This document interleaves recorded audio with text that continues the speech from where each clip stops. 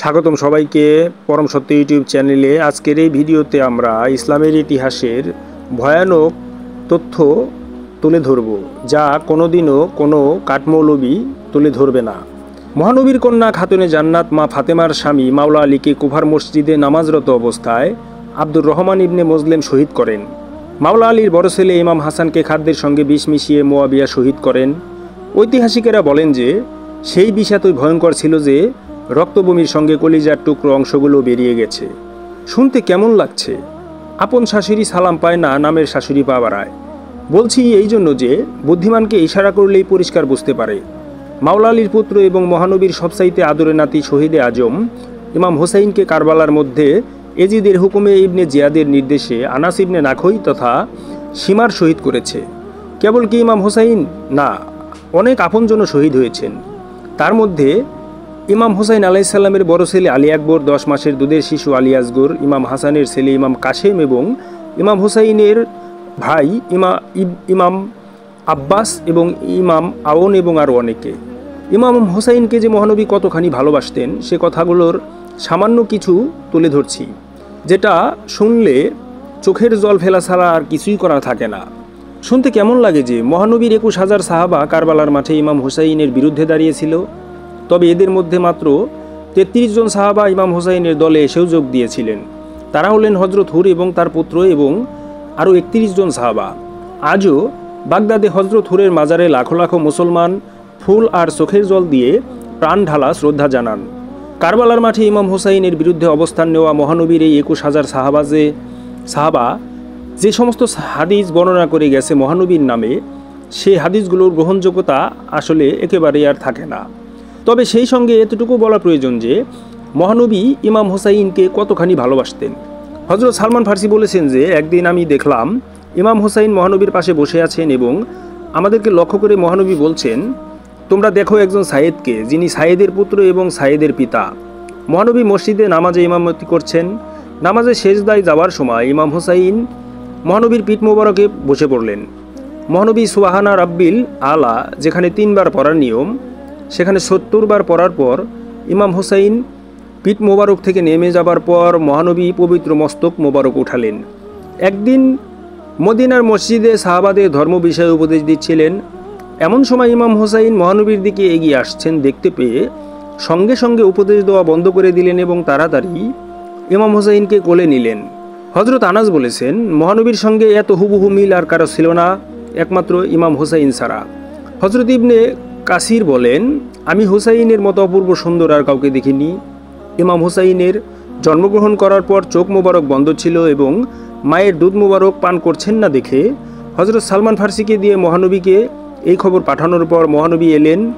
শিশু হুসাইন চোখ মোবারক খুলে সর্বপ্রথম মহানবী পাকের মুখ মোবারক দেখলেন এবং মহানবী পাকের মহাপবিত্র জিহবা মোবারক চুষে পবিত্র লালা মোবারক পান করলেন এবং তখন মহানবী বললেন, হোসাইনু মিন্নি ওয়া আনা মিনাল হোসাইন, তথা হোসাইন আমা হতে এবং আমি হোসাইন হতে। সাহাবাদেরকে উদ্দেশ্য করে মহানবী বললেন, এই দুনিয়াতে এবং বেহেশতে সবচাইতে প্রিয় মানুষটিকে দেখতে চাও? তাহলে দেখে নাও হোসাইনকে।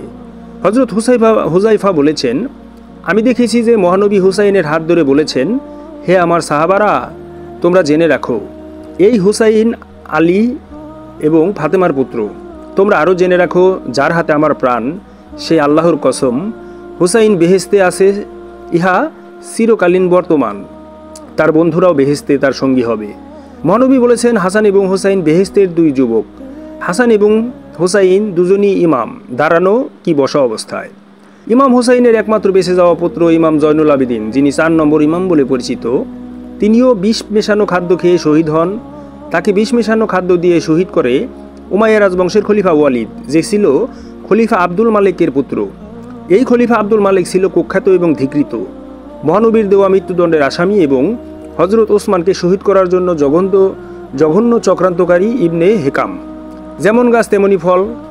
ইমাম জয়নুল আবেদিনের একমাত্র পুত্র ইমাম বাকের, যিনি 5 নম্বর ইমাম বলে পরিচিত, তাকে শহীদ করে উমাইয়া রাজবংশের খলিফা হিমাস। ওই কুখ্যাত খলিফা আব্দুল মালিকের আরেক কুখ্যাত পুত্র ছিল ইমাম বাকেরের ছেলে এবং 6 নম্বর ইমাম এবং অলিদের ইমাম বলে মুসলিম সমাজে যিনি সুপরিচিত, সেই ইমাম বায়েজিদ বোস্তামির মুর্শিদ ইমাম জাফর সাদেককে শহীদ করে কুখ্যাত এবং অভিশপ্ত তথা ধিকৃত খলিফা মনসুর। এই সেই খলিফা মনসুর যে ইসলামের ইতিহাসে রক্ত পিপাসু বলেই পরিচিত।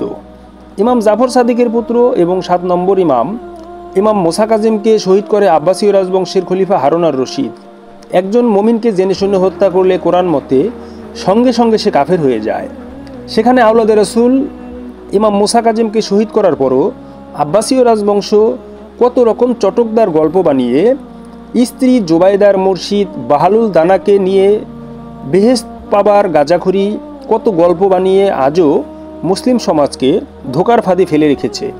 ইমাম মুসা কাজিমের পুত্র এবং 8 নম্বর ইমাম আলী রেজাকে বিষ প্রয়োগ করে শহীদ করেছে আব্বাসীয় রাজবংশের খলিফা মামুন আর রশিদ।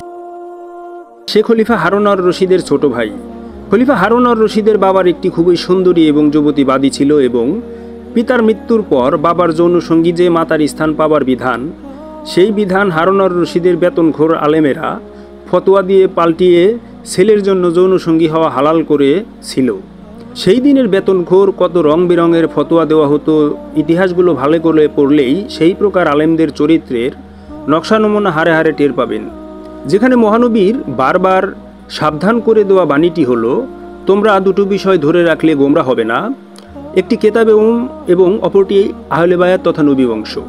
আহলে বায়াত তথা নবী বংশের কথাটি বলা হয়েছে, অথচ আহলে বায়াতের উপর ভরসা রাখা তো দূরের কথা, বরং মহানবীর বাণীর সম্পূর্ণ বিপরীতে গিয়ে তাদের একের পর এক শহীদ করে গেছে এই অভিশপ্ত উমাইয়া রাজবংশ এবং আব্বাসীয় রাজবংশ। এই দুই রাজবংশের যুগে কত জাল হাদিস যে বানানো হয়েছে তার নমুনা দেখলেই বোঝা যায়।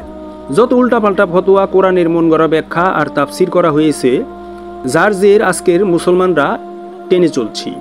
আমাদের ভাগ্য যে আমরাই পরিবর্তন করে নিয়েছি, কারণ আল্লাহ সেই জাতির ভাগ্য পরিবর্তন করেন না যারা নিজেদের ভাগ্য নিজেরা পরিবর্তন করে নিতে পারে না।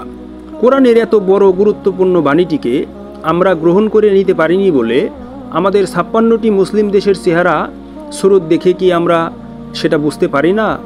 হাতের আঙুল কি আয়না দিয়ে দেখতে হয়? ইমাম আলী রেজার পুত্র এবং 9 নম্বর ইমাম আলী তাকিকে বিষ প্রয়োগ করে শহীদ করেছে আব্বাসীয় রাজবংশের কুখ্যাত খলিফা মোতাসিম, এবং এই কুখ্যাত খলিফার দ্বারা নবী বংশের 10 নম্বর ইমাম আলী নাকিকেও বিষ প্রয়োগ করে শহীদ করেছিল। লজ্জায় বলতে হয় যে এই সেই কুখ্যাত খলিফা যে বলতো যে একটি নারীর সঙ্গে কয়েক রাত থাকলেই তো বাসি হয়ে যায়, এবং আরও অশ্লীল কথা যা লিখে জানাতে পারলাম না। সেই যুগে সে বহু নারী ভোগে রেকর্ড ভঙ্গ করেছিল। এগুলো তো গেল আব্বাসীয় যুগের খলিফাদের কীর্তিকলাপ। অবশ্য পরে এদের করুণ পরিণতির কথা ইতিহাসে লেখাও আছে। চেঙ্গিস খাঁর পুত্র হালাকু খাঁ যখন বাগদাদ শহর আক্রমণ করেছিল, তখন বাগদাদ নগরীর লক্ষ লক্ষ মুসলমানদেরকে নির্মমভাবে হত্যা করা হয়েছিল এবং বাগদাদের রাজকীয় লাইব্রেরিতে যেই লক্ষ লক্ষ পাণ্ডুলিপি আকারে বই ছিল তার প্রায় সবগুলোই পুড়িয়ে দেওয়া হয়েছিল। অবশ্য কিছু পাণ্ডুলিপি আগুন হতে রক্ষাও পেয়েছিল, কিন্তু সেই বিশাল লাইব্রেরির যিনি রক্ষক ও প্রধান ছিলেন, সেই রকম আলীকে কয়েক টুকরো করে লাইব্রেরির সদর দরজায় ঝুলিয়ে রাখা হয়েছিল। বিখ্যাত পুস্তক তাস্কেরাতুল আউলিয়ার লেখক শেখ ফরিদউদ্দিন আত্মারকেও এই সময় হালাকুর সৈন্যবাহিনী নির্মমভাবে শহীদ করেছিল।